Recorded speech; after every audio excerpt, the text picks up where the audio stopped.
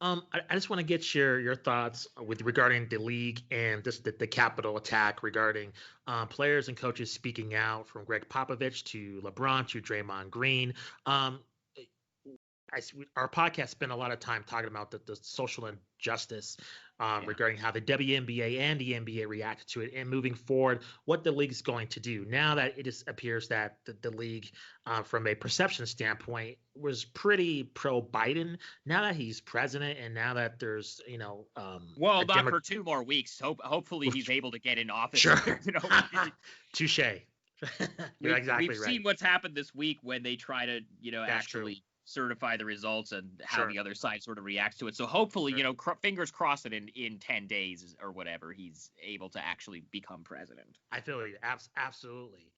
My question to you is just, what should the league do in terms of being proactive on just social justice issues? Because it's just a thing where there's a risk of it not being in the limelight anymore once, if hopefully Biden gets into office, and everything just somewhat gets back to a decent kind of a normal.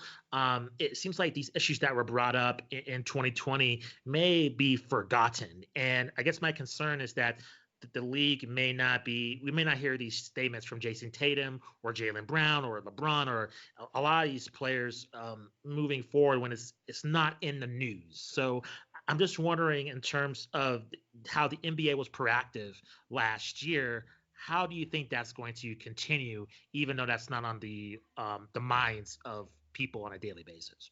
Well, what I would say to that is I don't think that Donald Trump not being president anymore is going to make it so that all this stuff is just not in the news anymore. It's going to not be in the news in the same way, because you don't have to worry about the president waking up one morning and deciding to tweet something that starts that causes like a riot at the Capitol or something like that. But these issues are still gonna. I don't think anybody in the league or elsewhere is under the illusion that just because Donald Trump isn't president anymore in 10 days, that suddenly all of these things are gonna go away. And I think we've seen you saw like 24 hours before the Capitol attack.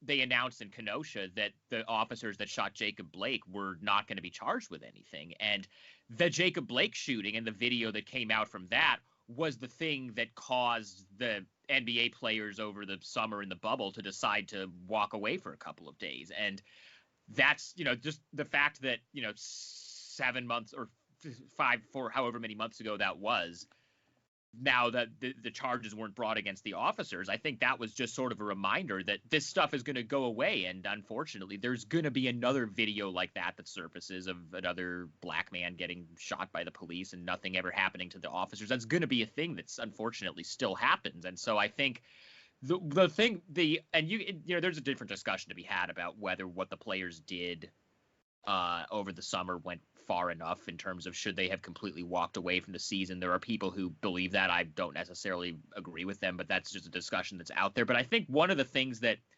the players realize is, yes, they did get, part of, when they decided to walk away for a couple of days, they did get some of these owners, a lot of whom are in the tax bracket where they're generally not on the same side of these issues as a lot of the players are, to agree to move their arenas and make their arenas be voting booths. And then you saw kind of what the turnout was. I don't want to give the NBA players all of the credit for doing that. And in fact, I think we need to specifically mention the WNBA, because the Atlanta Dream, I think, literally were responsible for flipping 2 Senate seats in Georgia. Agreed. Yep.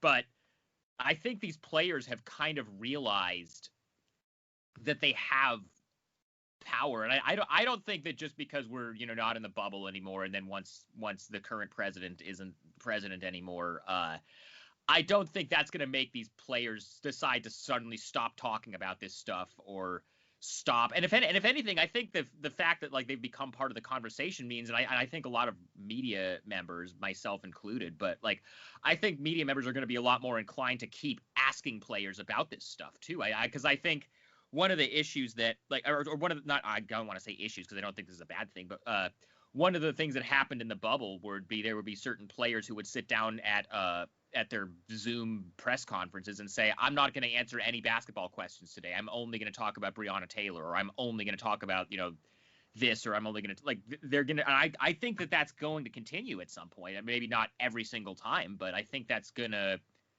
be the thing that, or it's going to be continuing to be a part of the league. Like the NBA, when they decided to put Black Lives Matter on the court and they decided to have them put those slogans on the back of their jerseys, I know those are very surface level things, and those were probably pretty focus grouped by the league in terms of like how much money is this going to lose us. It's not going to lose us a lot of money, but I think once the league made the decision that they're going to be the league that embraces their players being, having voices and talking about this stuff, I don't think the players are going to stop doing that, especially when you look at who is the leadership at the players union. It's like Chris Paul and CJ McCollum and these guys who have actually, have been active on this stuff in the past. I don't think that they're going to suddenly stop doing that.